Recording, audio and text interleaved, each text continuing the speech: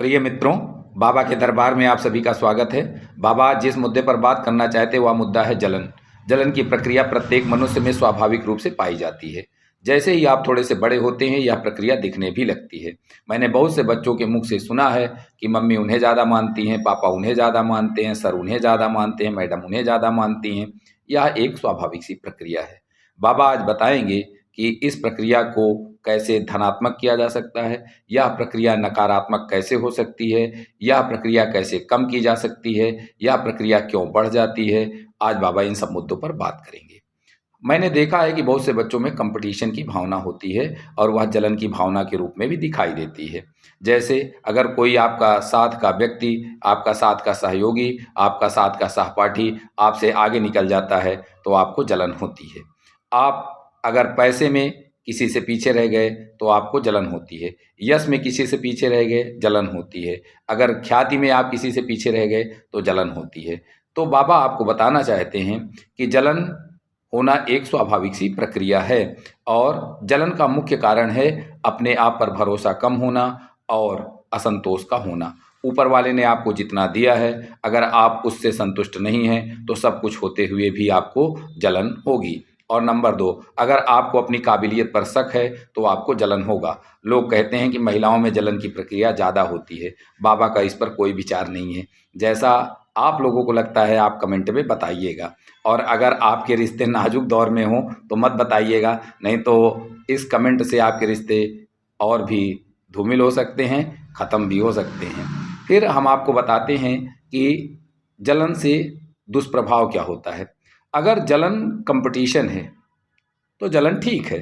अगर जलन कंपटीशन है तो ठीक है, आप आगे बढ़ सकते हैं, आप ज़्यादा मेहनत कर सकते हैं। अगर आपका मित्र सफल हो जाता है और आप उससे जलन रखते हैं, आप दूनी मेहनत करेंगे और उससे आगे सफल होंगे। हम आपको बताना चाहते हैं कि आप एक एग्जाम्पल देखिए। जो नेपोलियन है वो सीजर से जलन करता है, जो सीजर है वो सिकंदर से जलन करता है, और जो सिकंदर है वो हरकुलस से जलन करता है। देखिए कितने बड़े बड़े से नाम हैं। तो अगर जलन के माध्यम से आप आगे बढ़ सकें तो जलन का स्वागत है। और अगर जलन आपको मानसिक चिंता में डाल दे, अवसाद में डाल दे, आपसे अपराध करा जाए कि आप बराबरी ना कर पाएँ तो सामने वाले को क्षति पहुँचाएँ, तो फिर जलन आपकी सुख और चैन को छीन लेगा और आपको अपराध की श्रेणी में ला खड़ा करेगा। बाबा आपसे बताना चाहते हैं कि जलन एक ऐसी प्रक्रिया है जो आपके शरीर की ऑक्सीटोसिन या आपके शरीर की नकारात्मकता को बढ़ा देता है। इसलिए जलन को आपको कम से कम रखना चाहिए और जलन को क्षणिक रखना चाहिए। ये नहीं कि लंबे समय तक आप जलन करके उसी से अवसाद में चले जाएं।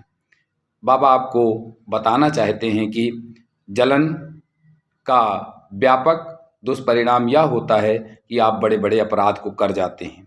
इसलिए जलन से मुक्त रहिए। बाबा एक कविता लिखे हैं जलन पे, ज़रा गौर फरमाइएगा कि जलन अगर कुछ पाने को है, जलन अगर कुछ पाने को है तो मनुष्य कुछ कर जाता है। जलन अगर कुछ पाने को है तो मनुष्य कुछ कर जाता है। जलन अगर सीने में हो तो जीवन दुखमय हो जाता है। जलन अगर भावों में हो तो अपराध बोध सा हो जाता है। जलन रहित यदि जीवन हो तो तन मन सुखमय हो जाता है या तन मन सुंदर हो जाता है। तो बाबा के इस कविता पर आप कमेंट करिएगा। और बाबा आपको बताना चाहते हैं कि बाबा अपने लास्ट सेगमेंट की तरफ आ गए हैं। बाबा का ज्ञान, आपका सम्मान। बाबा आपसे पूछना चाहते हैं कि ईर्ष्या या जलन का एक टॉपिक है, ईर्ष्या तू न गई मेरे मन से। बाबा आपसे पूछना चाहते हैं कि यह कहाँ से लिया गया है। सोच पाए? रामधारी सिंह दिनकर की कृति है जिसका नाम है अर्धनारीश्वर, और ईर्ष्या तू न गई मेरे मन से यहीं से लिया गया है। एक टॉपिक छूट गया था कि कैसे हम पहचान करें कि कोई व्यक्ति ईर्ष्यालु है।